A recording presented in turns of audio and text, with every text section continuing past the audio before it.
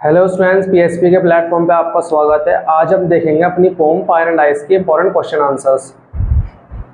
तो हम पोम पढ़ रहे थे क्लास 10 की फायर एंड आइस। इसके पोएट कौन है? Robert Frost. रॉबर्ट फ्रॉस्ट ने दो पोम लिखी थी आपके फर्स्ट चैप्टर में। पहली थी रेस्ट ऑफ विस्टन, दूसरी फायर एंड आइस। अब फायर एंड आइस के हमने समरी और सेंट्रल आइडिया फर्स्ट लेक्चर में देख लिया था। अब हम सेकंड लेक्चर में से कुछ इंपॉर्टेंट क्वेश्चन देखेंगे। आपको पता है एग्जाम में क्वेश्चन का जो पैटर्न रहेगा वो ऑलरेडी सिलेबस में डिस्कस हम कर चुके हैं, किस किस टाइप के क्वेश्चन आप कहाँ से आएंगे। ठीक है, अगर आपकी लिटरेचर की बात करते हैं, इसमें आपका पोम का सेक्शन हो गया या स्टोरीज या चैप्टर्स वगैरह हो गए, उनमें से तीन टाइप के क्वेश्चन आपके आते हैं, चार टाइप के सॉरी।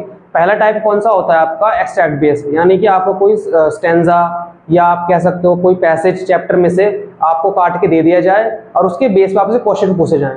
अब वो क्वेश्चन किस टाइप के हो सकते हैं? पहला वो एमसीक्यू टाइप हो सकते हैं, आपको ऑप्शन दे सकते हैं वो तीन चार। ठीक है, दूसरा वो टाइप क्वेश्चन होता है ऑब्जेक्टिव टाइप, यानी कि आपको वन वर्ड क्वेश्चन आपसे पूछे जा सकते हैं, आपको आंसर वन वर्ड में देना होगा, वन सेंटेंस में देना होगा।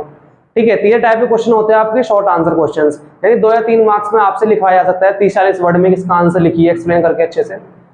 चौथे टाइप के होते हैं लॉन्ग आंसर क्वेश्चंस, ये आपका 6 या 8 नंबर में लिखवाया जा सकता है आपसे। इसमें आपको 100 to 120 वर्ड्स में पूरा एक्सप्लेन करके आंसर लिखना होता है। तो आइए हम देखते हैं कि इसमें कौन कौन से क्वेश्चन है। पहला जो टाइप क्वेश्चन है वो आपका एक्सट्रैक्ट बेस्ड क्वेश्चन है।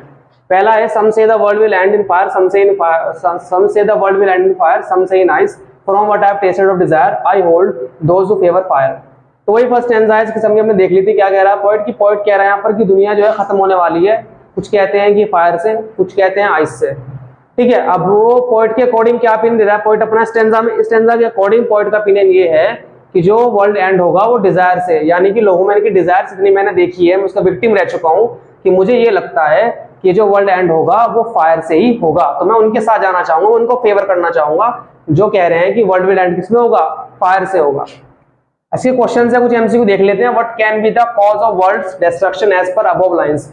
अब जो ऊपर लाइंस लिखी गई हैं according to these lines, form में हमने आगे पढ़ी है पता है, लेकिन ये उन लाइंस की बात नहीं कर रहा जो आगे है, ये केवल इसी पार्ट की बात कर रहा है। इस पार्ट में आपने देखा कि वर्ल्ड्स का डिस्ट्रक्शन होने वाला है, वो किस तरीके से होने वाला है। तो पहला आपने देखा कि फायर से हो सकता है, आइस और बॉस हो, तीन ऑप्शन आपको दिए गए हैं। लेकिन इन लाइंस के अकॉर्डिंग जो पोएट का ओपिनियन है, पोएट का ओपिनियन ये है कि जो वर्ल्ड्स का डिस्ट्रक्शन है वो किससे होगा? वो फायर से होगा।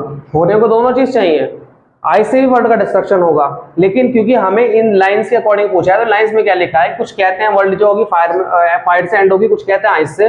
लेकिन पोएट का जो अकॉर्डिंग जो अपना एक्सपीरियंस है वो है कि आई hold those who favour fire, कि जो वर्ल्ड का जो एंड होगा वो एट द एंड क्या कंक्लूजन निकलता है कि फायर से होगा अकॉर्डिंग टू पोएट। तो यहाँ पर हमें ध्यान रखना है कि आप बोथ ना लगाकर हमें क्या आंसर देना है? फायर का आंसर देना है, अगर सिर्फ इस लाइन से अकॉर्डिंग पूछे। लेकिन अगर पूरी पोएम लिख देता तो हमसे पूछता तो हमें बोथ आंसर लगाना होता, क्योंकि अगले स्टैंजा में पोएट क्या करता है? अपने जो उनका अपना कंक्लूजन डिसीजन देता है वो चेंज कर देता है, अपना ओपिनियन चेंज करके क्या कहता है वो कि वर्ल्ड को 2 बार खत्म होना चाहिए। अगर वर्ल्ड 2 बार खत्म हुआ तो आइस से भी हो सकता है, ये उसने सेकंड स्टैंजा में बोला था। तो फर्स्ट स्टैंजा में आप इसके अकॉर्डिंग क्या निशान लगाएंगे? फायर का, कि इन लाइंस के अकॉर्डिंग जो कॉज होगा वर्ल्ड के डिस्ट्रक्शन का वो क्या होगा? वो फायर होगा। ठीक है, Who is the poet of these lines? इस लाइन से पोएट कौन है? William Butler Yeats, Robert Burns या रॉबर्ट फ्रॉस्ट। ठीक है, इसमें दोनों नहीं है, रॉबर्ट फ्रॉस्ट है, सबको जानते हैं रॉबर्ट फ्रॉस्ट की पोएम है। ठीक है, सब जानते हैं। अगला है what does the ice symbolise? अब आइस क्या सिंबलाइज कर रहा है, यानी कि इस पोएम में आइस क्या सिंबलाइज कर रहा है? मैंने बताया था पहले, फायर सिंबलाइज क्या कर रहा है आपका? डिजायर, और आइस हेट्रेड, नफरत यानी। ठीक है, तो डिजायर क्या सिंबलाइज फायर करता है? जॉय यानी फन वगैरह, ये भी नहीं, तो हेट्रेड इसका सही आंसर हो जाएगा। ठीक है, ये इस टाइप के आपके एमसीक्यूज वगैरह आ सकते हैं। ऑब्जेक्टिव टाइप क्वेश्चन देख लेते हैं। What is the rhyming scheme of lines? In lines की राइमिंग स्कीम क्या है? ठीक है, आपको राइमिंग स्कीम्स निकालना बहुत बार बता चुके हैं, कैसे राइमिंग स्कीम आप निकालेंगे। सम say the world and fire, fire को आप ए कह दो साउंड को, आइस को आप कह सकते हो बी साउंड, डिजायर को फिर से आप ये साउंड कह सकते हो, और फायर को कह सकते हो ए साउंड। तो राइमिंग स्कीम क्या निकल गई इसकी? ए बी ए बी ए सी क्या है? राइमिंग स्कीम है। ठीक है, अगला क्वेश्चन है what does symbolise human desire? इसमें से क्या चीज है, वो कौन सा सिंबल है जो क्या सिंबलाइज कर रहा है? Human desire. ह्यूमन की डिजायर को क्या सिंबलाइज कर रहा है? वो है फायर। ठीक है, नॉर्मल आंसर देता फायर इज द आंसर। ठीक है, अगला है short answer question, long answer question. अच्छा, short answer long answer question कोई डिफाइन नहीं है इसमें आपके शॉर्ट और लॉन्ग काफी सेम ही होते हैं। अगर ये क्वेश्चन आपसे लॉन्ग क्वेश्चन ही पूछे जा सकते हैं तो आपको और अच्छे से एक्सप्लेन करके लिखना है। जो हमने सेंट्रल आइडिया समरी लिखाई है उसको आप देख सकते हो, रेफर कर सकते हो, उसे अच्छे से याद कर लोगे तो उनमें से आपको वर्ड्स मिल जाएंगे। सारे क्वेश्चन घुमा फिरा के वही सेम चीज पूछते हैं, ठीक है। तो अगर आप उन क्वेश्चंस को थोड़ा लेंथ के करना चाह रहे हो तो वो 8 नंबर लॉन्ग आंसर में चल जाएंगे। इन्हीं क्वेश्चंस को अगर आप टू द पॉइंट आंसर कर दो तो शॉर्ट आंसर में आपके काउंट हो जाते हैं। So what message does the poet want to convey with this poem, इस पोएम से मैं क्या मैसेज देना चाहता है पोएट। तो नॉर्मली हम पढ़ते हैं क्या मैसेज दे रहा है पोएट की जो वर्ल्ड है वो एंड होने वाला है, जो ह्यूमन के इमोशंस होते हैं वो इतने पावरफुल होते हैं कि वर्ल्ड को एंड करने के लिए इनफ होते हैं। ठीक है, तो human emotions are so powerful and enough to destroy the whole world, कि पूरे वर्ल्ड को डिस्ट्रॉय करने के लिए ह्यूमन के जो इमोशंस है वो बहुत काफी हैं। ठीक है, इसके आगे आप और लाइंस भी ऐड कर सकते हैं कि according to poet, a poet also mention two symbol या टू वेज। पहला वे कौन सा था, फायर का, दूसरा आइस का।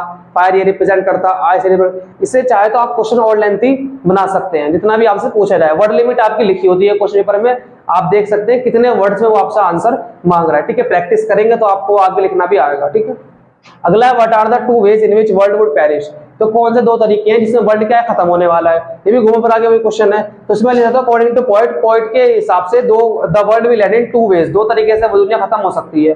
पहला फायर, दूसरा आइस।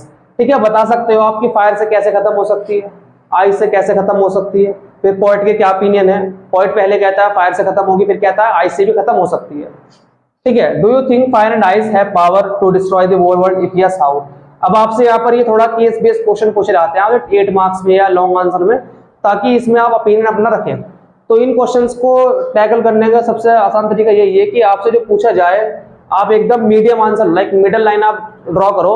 आप सारा जो अपना आंसर लिख रहे हो वो according to author, according to writer, according to poet से शुरू करो। यानी आपका अपना ओपिनियन इससे मैटर नहीं करता, क्योंकि अगर आप यस लिख दोगे, नो लिख दोगे तो डायरेक्टली आंसर हो जाएगा। सबसे आंसर तरीका ये है कि ना तो आप यस लिखो इसमें, ना आप लिखो नो, आप अकॉर्डिंग टू पोएट अपनी एक्सप्लेन कर दो क्वेश्चन को कि मैं क्या कहना चाह रहा हूँ। कि according to poet fire and ice have the power to destroy the world, कि पोएट के according fire and ice destroy कर सकती है।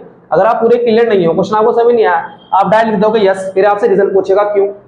ठीक है, तो आप सीधा क्या करो कि क्वेश्चन में क्या लो कि अकॉर्डिंग टू पोएट, या कोई भी रेफरेंस में आप क्वेश्चन या पोएम या चैप्टर से रेफरेंस कर सकते हो, कह सकते हो कि according to writer, according to poet कि fire and ice have the power to destroy the world. ठीक है, इससे मैंने वो नहीं लिखा कि यस, इससे पूछा ना कि आपको लगता है, तो मैं लिख सकता हूँ कि यस, हाँ मुझे लगता है इट विल डिस्ट्रॉय। ठीक है, तो ये आंसर काफी ज्यादा अच्छा नहीं है, लेकिन इससे ज्यादा काफी वो टोन नहीं आ रही है, इससे कि हम खुद अपना आंसर दे रहे हैं।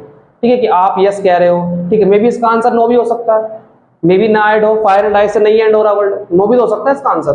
तो नो हो या यस हो, आपको कंफ्यूज होने की जरूरत नहीं है, आप मिडिल रास्ता अपना अपनाओ, ना तो आप नो बोलो ना यस बोलो, दोनों सिनेरियो इस क्वेश्चन में आप रख सकते हो।